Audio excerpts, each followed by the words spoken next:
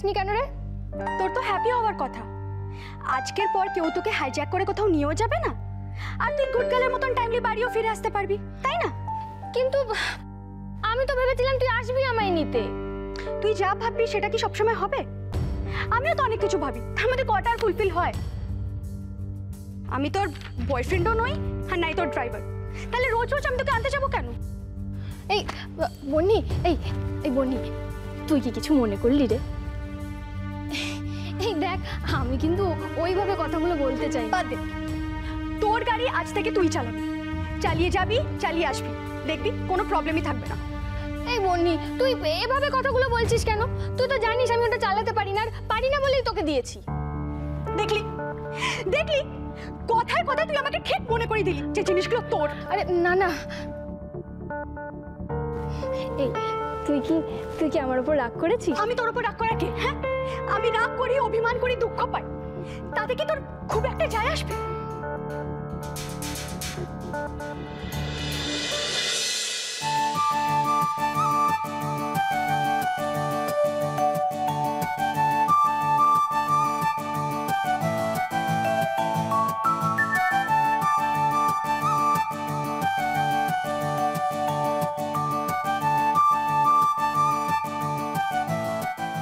এগুলো আমায় কেন দেখাচ্ছিস? ও, নতুন পাওনা হয়েছে বুঝি? আরে এগুলোই তো কাকাই আমায় জন্মদিনে দিয়েছিল, মনে নেই তোর? তোর এতগুলো জিনিস কটার মনে রাখবো বল? কিন্তু আমার মনে আছে, তুই বলেছিলি এই দুলটা তোর খুব পছন্দ হয়েছে, বলেছিলিস খুব সুন্দর, তাই আজ থেকে এই দুলটা তোর, আর এই ফোনটাও আমার। হ্যাঁ, আমি গিফট করলাম তোকে, নে নে ধর ধর।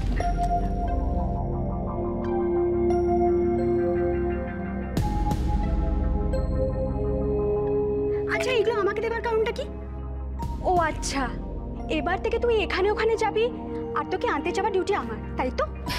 এ বাবা, তা কেন হবে? তা না হলে তো ভাবো এগুলো তুই আমায় দয়া করে দিচ্ছিস,